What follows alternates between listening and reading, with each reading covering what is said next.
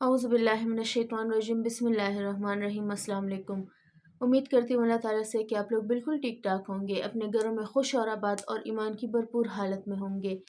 آج ہم جس ٹاپک پر بات کریں گے وہ ہے درود شریف، اور درود شریف سے حالات بدلتے تو ہیں، وہ تو ہم سب کو پتہ ہے، لیکن ایسے بدلتے ہیں وہ میرے وہم و گمان میں بھی نہیں تھا۔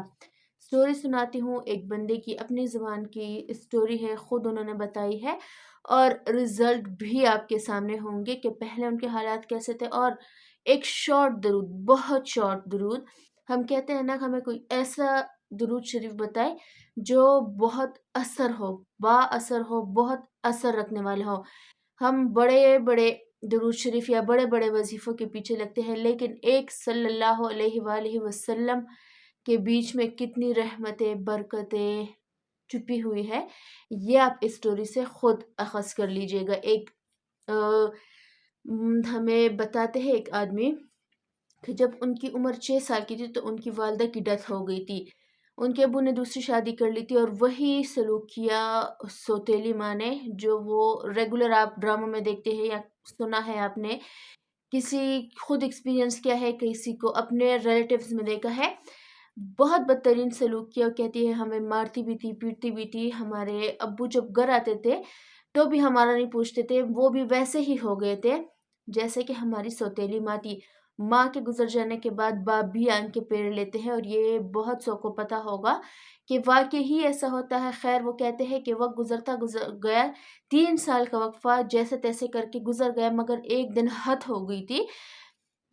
انہوں نے وہ سوتیلی ماں کا بتاتے ہیں کہ انہوں نے بہت بہت مار پیٹ کی، اور اتنی مار پیٹی کہ میں رو رو کر گھر چھوڑنے کا فیصلہ کر لیا۔ جب میں نے گھر چھوڑا، میں ٹرین میں بیٹھ گیا، ٹرین اسٹیشن جا کے پہنچا، مجھے نہیں پتہ لگا کہ میں نے کتنے گھنٹے سفر طے کیا ہے۔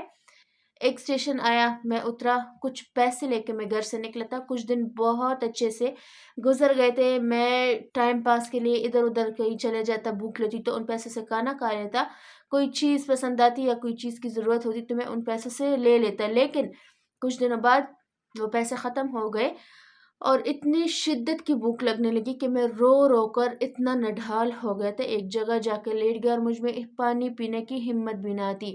اتنے میں ایک دو بزرگ آئے، ان کے پاس کھانا تھا، اور میں ان کے کانوں کو ایسے بکوں کی طرح دیکھ رہا تھا کہ ان میں سے ایک بزرگ نے مجھے دعوت دی، اور میں نے فوراً وہ دعوت قبول کر لی۔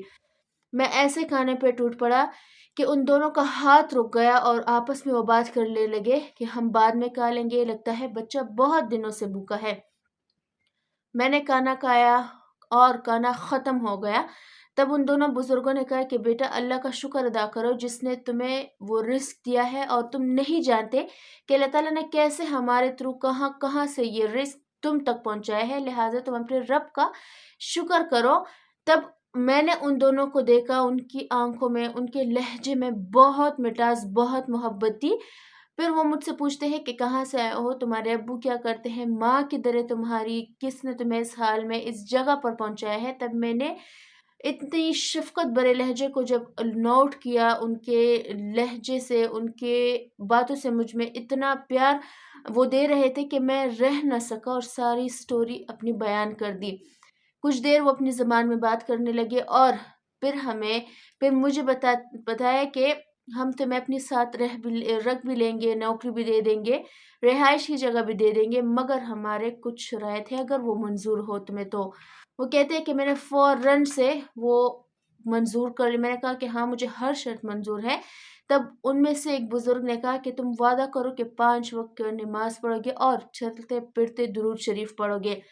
تب میں نے کہا کہ مجھے نہ تو نماز آتی ہے اور نہ درود شریف۔ انہوں نے کہا کہ ہم تمہاری بات مدرسے میں کروا دیں گے، جب تم کام سے آیا کرو، مدرسے جایا کرو گے، وہاں نماز بھی سیکھ لینا اور درود شریف بھی سیکھ لینا۔ وہ کہتے ہیں کہ مجھے ملازمت بھی دے دی گئی ایک ہوٹل پر، اور مجھے مدرسے میں بھی داخلہ کروا دیا گیا۔ خیر، کچھ ٹائم گزرا، وہ کہتے ہیں کہ میں نے اپنے محسن کی ہدایت پر عمل کیا، اٹھتے بیٹھتے چلتے پھرتے ہر وقت میں وضو میں ہوتا، بے وضو ہوتا، میں یہ شارٹ درود پڑھتا صلی اللہ علیہ وآلہ وسلم۔ اور وہ کہتے ہیں کہ مجھے اپنے محسن نے ہی رستے میں چلتے چلتے یہ درود شریف یاد کروا دیا تھا، اور میں سیکھ بھی گیا تھا۔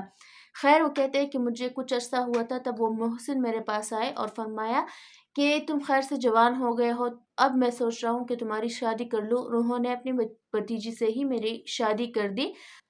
وہ کہتے ہیں کہ مجھے نہیں پتہ لگا کہ شادی کے خرچے کا ایکسپینسز کتنے ہوئی، کھانا کہاں، مہمان وغیرہ سب کچھ ہو گیا تھا۔ اللہ تعالیٰ نے کیسے انتظام کیا مجھے نہیں پتہ لگا۔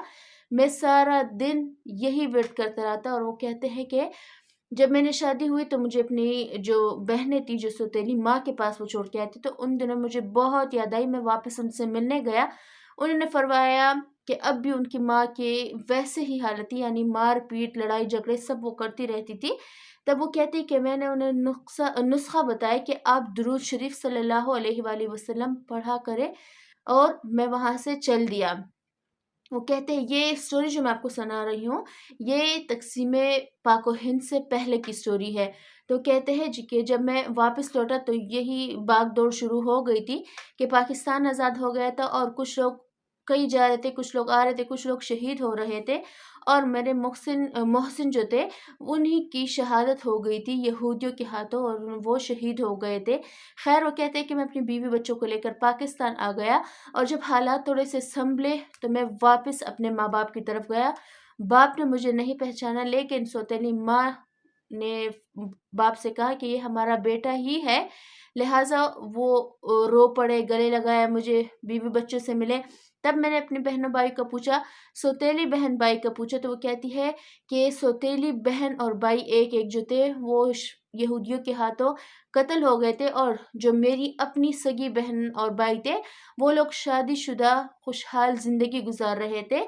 وہ کہتے ہیں کہ میں اتنا دکھی ہوا کہ کاش میں یہ وظیفہ ان کو بھی دے دیتا تو شاید آج بھی وہ زندہ ہوتے، اپنی لائف سیٹ خوشی خرم گزار رہے ہوتے۔ کہنے کا مقصد یہ تھا کہ درود شریف کی بدولت سے ایک وہ کم سن بچہ 9 سال کا کہاں سے لے کر کہاں کھڑا ہوا، اسے خود بھی نہیں پتا کہ اللہ تعالیٰ کیسے اس کی ساری جرنی میں ان کی ہیلپ کر رہا ہے، ان کے بہنوں بھائیوں کی ہیلپ کیسے کی۔ تقسیم ہند میں جہاں بہت سے مسلمانوں کو شہادت نصیب ہوئی، وہاں ان کی بہن بھائی صحیح سلامت اپنے گھروں میں خوش اور آباد، شادی شدہ زندگی وہ بہت اچھے طریقے سے سپینڈ کر رہے تھے۔